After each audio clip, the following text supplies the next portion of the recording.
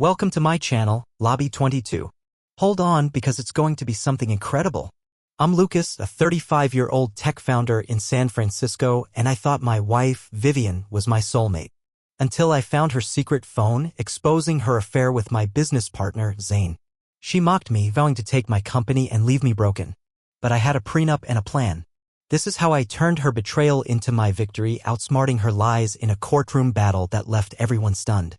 I built my tech startup, Quantum Labs, from a tiny Mission District garage to a gleaming office in Soma. At 35, I thought I had it all, a game-changing company, a stylish loft in Nob Hill, and Vivienne, my wife of 8 years. We met at a Stanford hackathon, her fiery charm matching my ambition. We were a power couple, or so I believed. Then I found the phone and my world shattered. It was a stormy Thursday and Vivienne was at a client dinner. Her laptop was down, so I grabbed her old phone to check a project update. A second phone slipped from under her desk, a cheap burner, not her sleek iPhone. My stomach knotted. I cracked the passcode, our wedding date, the irony, and found texts. Hundreds. From Zane, my business partner. Last night was electric, one said. Lucas is blind. My hands trembled as I scrolled through photos, Vivienne and Zane, cozy in a wine bar, her smile radiant for him. My wife was cheating with the man I trusted to grow my company. I waited for her to return, the burner phone heavy in my hand. When she walked in, all confidence, I held it up. Vivienne, what's this? Her eyes widened, then she laughed, a sharp, venomous sound. Oh, Lucas, you're so naive. You're just a coder with big dreams. Zane's the real deal, bold, brilliant. He sees me. Her words sliced, but her next ones burned. I'm done with you. I'm taking half of Quantum Labs. You'll be a nobody without me. The room tilted. 8 years, and she thought I was disposable? You're throwing our marriage away for Zane? I asked, voice tight. She smirked, tossing her hair. I'm leveling up. Zane and I will run Quantum Labs better than you ever could. I've got a lawyer ready. You're finished. She grabbed her bag, adding, clear out of the loft. It's mine now. Her heels echoed as she left, each step a nail in my heart. But Vivienne didn't know me as well as she thought. When we married, I pushed for a prenup standard in tech. If either of us cheated, the other got 70% of our shared assets, including Quantum Labs shares. She'd signed it with a laugh, calling it just a formality. Now it was my shield. I called my lawyer, Harper, a fierce attorney who'd saved countless startups from ugly splits. Lucas, send me those texts, she said, her voice steady. She's in for a rude awakening. The next morning, I met Harper at a cafe in the financial district.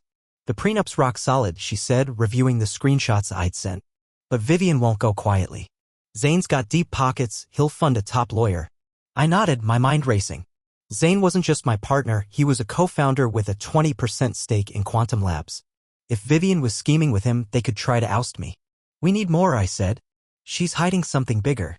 That night, I dug into Vivienne's laptop, still at home. She never logged out of her cloud account, sloppy. I found a folder labeled Client Notes, a cover. Inside were emails between her and Zane, plotting to reorganize Quantum Labs post-divorce. They planned to dilute my shares, claiming I'd mishandled funds. It was a bold lie, designed to sway the board. My anger sharpened into resolve. I sent everything to Harper. Then came the first twist. My phone pinged with a text from an unknown number. Check Vivienne's office desk. Bottom drawer. You're welcome. No name, no hint.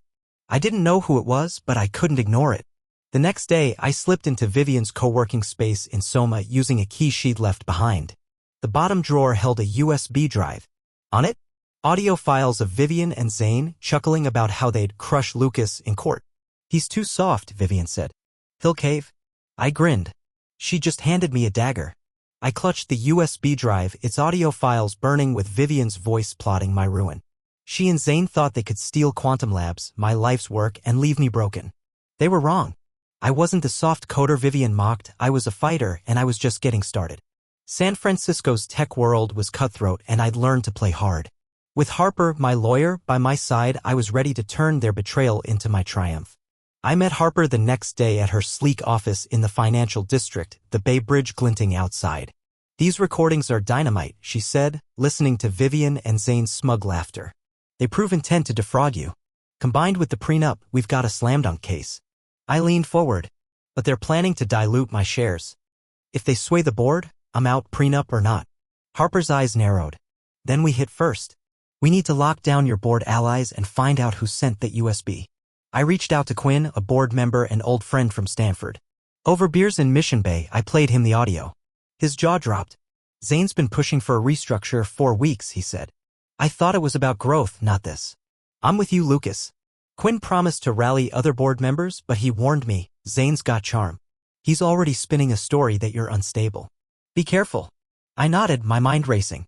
Vivienne and Zane weren't just after my shares, they were poisoning my reputation. That night, Vivienne called, her voice dripping with fake concern. Lucas, let's talk, she said. I don't want this to get ugly. Come back home and we'll work it out. I'll cut things off with Zane. I saw through her act, she was scared. The prenup loomed and Zane's charm wouldn't save her in court. You think I'm that gullible? I shot back. You're only calling because your plan's falling apart. She gasped, caught off guard. That's not true, she lied. I miss us. I laughed. Save it, Vivienne. See you in court. I hung up, her silence louder than any excuse.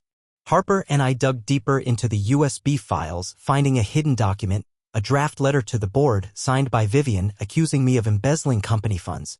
It was a lie, but convincing enough to spook investors if it leaked. She's planning to smear you publicly, Harper said. We need to prove it's fabricated. I remembered the anonymous tip. Whoever sent it knew Vivienne's secrets. I texted the unknown number. Who are you? Why help me? No reply, but I couldn't wait. I needed more evidence. The next twist came at midnight. My phone buzzed with another text from the mystery number. Vivienne's meeting a forger tomorrow. Pier 39, 10 a.m. Follow her. My pulse raced. A forger? This was bigger than I thought. I called Harper and we devised a plan. The next morning, I staked out Pier 39, blending into the tourist crowd. Vivienne showed up, sleek in sunglasses, meeting a sketchy guy in a leather jacket. They exchanged a flash drive for an envelope. I snapped photos from a distance, my heart pounding. Harper's PI, tailing them, confirmed the guy was a known document forger named Milo. Harper reviewed the photos. She's fabricating financial records to back her embezzlement claim, she said. If we catch her using these, she's done. But we needed proof Milo's files were fake. Harper hired a tech expert to trace the flash drive's contents, linking it to Milo's IP address. It held forged bank statements showing transfers I'd never made. Vivienne was betting I'd crumble under the pressure. She didn't know I was 2 steps ahead. Then came the bombshell. The mystery texter called me, their voice distorted. I'm Jules, Vivienne's assistant, they said. She treats me like dirt, but I know everything. She's planning to leak the forged records to TechCrunch next week. I froze. Jules? Vivienne's quiet, mousy assistant? Why risk this? I asked. Because she's a liar, Jules spat. She promised me a promotion, then gave it to her friend. I'm done protecting her. Jules sent me a screenshot of Vivienne's email to a TechCrunch reporter pitching the scoop about my fraud. It was the final piece we needed. Harper grinned. Lucas, this isn't just a divorce case anymore. It's a conspiracy. We'll bury them in court. I felt a surge of hope but also dread. Vivienne and Zane were ruthless. What else would they try? Jules's last words echoed, watch your back. They're desperate now. The San Francisco courthouse loomed like a fortress, its marble halls echoing with the weight of my fight. I sat beside Harper, my lawyer, as Vivienne strutted in, her designer suit screaming confidence. She thought she could charm the judge, but I saw the cracks, her tight smile, her fidgeting hands. She and Zane had planned to bury me with lies, but I had their forged records, their emails, and Jules's testimony. Today, I'd make them pay. Harper leaned in, her voice low. Lucas, we've got them cornered. The prenup, the audio, the forged bank statements, it's airtight. I nodded, my pulse steady but fierce. I wasn't nervous, just focused. Vivienne had mocked me as a code monkey, but I built quantum labs from nothing. I wasn't soft and I wasn't folding. This wasn't just about my company, it was about proving I was more than her lies. The judge, a no-nonsense man with wire-rimmed glasses, called the session to order. Vivienne's lawyer, a slick shark named Gideon, opened with a bold lie. Your Honor, Ms. Vivienne deserves half of Quantum Labs for her contributions to its growth. I nearly scoffed. Contributions? She'd spend our marriage jetting off with Zane, draining our accounts. Harper stood, her voice cutting. Your Honor, we have evidence of MS. Vivienne's infidelity and a conspiracy to defraud Mr. Lucas. She presented the prenup, 70% of assets to the faithful spouse, followed by the burner phone texts, the USB audio of Vivienne and Zane plotting, and the forged bank statements from Milo. The courtroom hushed as Harper dropped the next bomb. Ms. Vivienne attempted to leak fabricated financial records to TechCrunch, claiming Mr. Lucas embezzled funds. We have emails proving her intent, provided by her assistant, Jules. Jules took the stand, their voice steady despite Vivienne's glare. I saw Vivienne instruct Milo to forge documents, Jules said. She emailed a reporter, pitching a story to ruin Lucas. The judge's eyes narrowed as Harper submitted the email screenshot. Gideon's face paled, and Vivienne gripped her chair, her poise crumbling. But Gideon wasn't done. Your Honor, we have evidence Mr. Lucas mismanaged Quantum Labs, jeopardizing its value, he said, sliding over a folder. My stomach lurched. This was their backup plan, Zane's play to discredit me. The folder held internal memos, claiming I'd diverted funds to a side project. I whispered to Harper, "Those are fake. I never wrote them." She nodded, unfazed. "Objection," she said.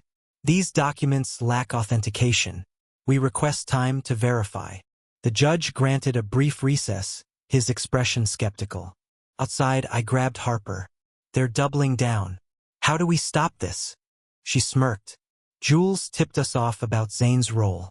I had our tech expert trace those memos. They came from his laptop." My jaw dropped. Zane? He'd forged them himself? Harper's PI had hacked into Zane's cloud, finding drafts of the memos dated before Vivienne's leak plan. "He's throwing her under the bus," Harper said. "He knows the prenups against them, so he's framing her as the mastermind." The twist hit me like a shockwave. Zane, Vivienne's lover, was betraying her to save his own skin. I called Jules, my voice urgent. "Did you know Zane was double-crossing her?" Jules hesitated. I overheard him on a call, telling Gideon to protect my shares at all costs. "He's cutting Vivienne loose." My mind raced. Zane was playing both sides, thinking he'd walk away with his 20% of Quantum Labs while Vivienne took the fall. Back in court, Harper went for the kill. "Your Honor, the defense's memos originated from Mr. Zane's laptop, predating Ms. Vivienne's actions. We have metadata proving he forged them to deflect blame." She submitted the tech report, and the courtroom buzzed. Vivienne turned to Zane, seated behind her, her eyes blazing. "You did this?" she hissed, loud enough for the gallery to hear. Zane's face stayed blank, but his hands twitched. The judge's gavel cracked. "Order." Harper sealed it with Jules's final testimony. Zane told Vivienne he'd handle the board, but he was secretly meeting investors, promising to fix the company without her, Jules said. The judge's face hardened. "This is a pattern of deception," he said. "I've seen enough." He ruled swiftly. The prenup stood. I got 70% of our assets, including full control of Quantum Labs. Vivienne got a fraction, barely enough for a studio apartment. Zane's shares were frozen pending a board review, and the judge warned both of perjury risks. As we left, Vivienne lunged at Zane in the hallway. "You sold me out!" she screamed, her voice raw. He shrugged, cold as ice. "You were a liability, Viv." I walked past, Harper at my side, feeling no pity. They'd built their own trap and it snapped shut. The courthouse doors shut behind me, but the fight wasn't over. I'd won the prenup battle, securing 70% of our assets and control of Quantum Labs. Vivienne's lies were exposed, and Zane's betrayal of her in court left them both reeling. San Francisco's tech scene buzzed with the scandal, but I knew Vivienne. She wouldn't slink away quietly. She'd try to claw her way back, and I had to stay sharp to protect what I'd fought for. I returned to Quantum Lab's Soma office, greeted by cheers from my team. Quinn, my loyal board member, slapped my back. "You did it, Lucas. The board's behind you." But his face turned serious. "Zane's still a problem. His 20% stake gives him leverage, and he's been emailing investors, claiming you're unfit to lead." I gritted my teeth. Zane wasn't just a traitor. He was a snake, slithering to save his skin after throwing Vivienne under the bus. Harper, my lawyer, called with an update. The judge's warning about perjury scared Vivienne, but she's not done, she said. "My PI caught her meeting a hacker in Oakland. She's digging for dirt on Quantum Labs." My stomach twisted. A hacker? Vivienne was desperate, but this was a new low. "What's her play?" I asked. Harper's voice hardened. "She's likely trying to leak sensitive data. Maybe your AI algorithms. to tank your stock value before Zane's shares are reviewed. I cursed. If she succeeded, Quantum Labs could lose millions, and my victory would be hollow. I called Jules, Vivienne's former assistant turned whistleblower. What do you know about this hacker? I asked. Jules's voice was tense. His name's Rex. Vivienne hired him through a burner email. I saw her save his contact in her cloud, check her account, same password as always. I logged into Vivienne's cloud, still accessible from her sloppy habits. Sure enough, there was a folder labeled Backup. Inside? Emails with Rex detailing a plan to hack Quantum Labs servers and leak proprietary code to a rival firm. She'd timed it for the board's next meeting, hoping to force a sale that would enrich Zane. Harper, this is attempted corporate sabotage, I said, forwarding the emails. She whistled. This isn't just divorce drama, it's a felony. We need to trap her. We devised a sting. Harper's tech expert planted a decoy file on Quantum Labs servers, fake code that looked real but was useless. If Rex took the bait, we'd trace it back to Vivienne. I also tipped off Quinn, who locked down the board, ensuring Zane's allies couldn't sway them. The next twist came from Zane himself. He emailed me all false charm. Lucas, let's settle this. I'll sell you my shares at a discount. No need for more drama. I saw through it. He was panicking, knowing his shares were at risk. Harper dug into his finances and found he'd funneled money to offshore accounts, likely to dodge taxes. He's planning to bolt if the board ousts him, she said. We can use this. I replied to Zane, stringing him along. Let's meet. Name the place. He picked a bar in the Marina District, thinking he'd outsmart me. At the bar, Zane leaned back, smirking. You're tough, Lucas, but you can't run Quantum Labs alone. Sell me your shares or I'll drag this out. I sipped my drink, calm. Or I could expose your offshore accounts and let the IRS deal with you. His smirk vanished. You're bluffing, he said, but his voice wavered. I slid a printout of his bank transfers across the table, courtesy of Harper's PI. Try me, I said. He stormed out, rattled. I knew he'd make a mistake soon. Sure enough, the sting worked. Rex hacked the decoy file and our tech expert traced it to Vivienne's IP address. Harper filed an emergency injunction, freezing her accounts and alerting the DA. The board, briefed by Quinn, voted to suspend Zane's shares pending a fraud investigation. Vivienne's plan collapsed and her hacker turned on her, cutting a deal with the DA to avoid jail. Jules texted me, she's spiraling. Tried to call Zane, but he ghosted her. I wasn't surprised. Zane was a coward and Vivienne was alone. A week later, I got a voicemail from Vivienne, her voice broken. Lucas, I'm sorry. I went too far. Can we talk? I deleted it. Her apologies meant nothing after the lies, the forgeries, the sabotage. She'd burned every bridge and I was done looking back. Quantum Labs was thriving, my team stronger than ever. I moved into a new loft in the Embarcadero, its view of the Bay Bridge a reminder of what I'd built and what I'd never let anyone take again. San Francisco's fog rolled over the Bay Bridge, a quiet reminder of the storm I'd weathered. A year after the courtroom crushed Vivienne's lies, Quantum Labs was soaring. Our AI platform won a major contract with a Silicon Valley giant, and my team was tighter than ever. I'd moved into my Embarcadero loft, its panoramic views a symbol of the life I'd rebuilt. Vivienne and Zane were shadows of my past, their betrayal a scar that no longer stung. But life, I'd learned, always has one final twist. I was at a tech gala in the Palace Hotel, the room glittering with CEOs and innovators. My keynote on resilience, coded from my own battles, had earned a standing ovation. As I mingled, a familiar figure caught my eye, Vivienne slipping through the crowd in a sleek black dress, her smile practiced but strained. She was pitching herself as a startup consultant, her business card a flimsy shield. Our eyes locked and she approached, her confidence a fragile mask. Lucas, she said, her voice low. You've done well. Can we talk, just for a second? I could have walked away, but curiosity won. 1 minute, I said, arms crossed. She took a shaky breath. I know I destroyed us. The affair, the lies, the hacker, it was all me. I'm trying to rebuild, but no one trusts me. I need a chance. Her eyes glistened, but I saw the calculation beneath. This wasn't remorse, it was a play. Why tell me this? I asked, voice steady. She hesitated, then handed me a flash drive. It's a pitch deck, she said. I'm starting a new venture. If you could mention it to your network, it'd help. I almost laughed. After everything, Zane, the forgeries, the sabotage, she thought I'd vouch for her? You're delusional, I said, pocketing the drive without promise. You burned your bridges, Vivienne. Live with it. She flinched, her mask slipping, and walked away, swallowed by the crowd. Back home, I plugged in the flash drive, expecting a desperate sales pitch. Instead, I found a hidden file, a draft press release, dated next week, claiming Vivienne had exposed corruption at Quantum Labs and was launching a rival startup with industry insiders. It was a lie, but a bold one. She was planning to spin her downfall into a comeback, using my company's name to gain traction. My blood boiled, but I stayed calm. She'd handed me her final mistake. I called Harper the next morning. "Vivienne's at it again," I said, sending her the file.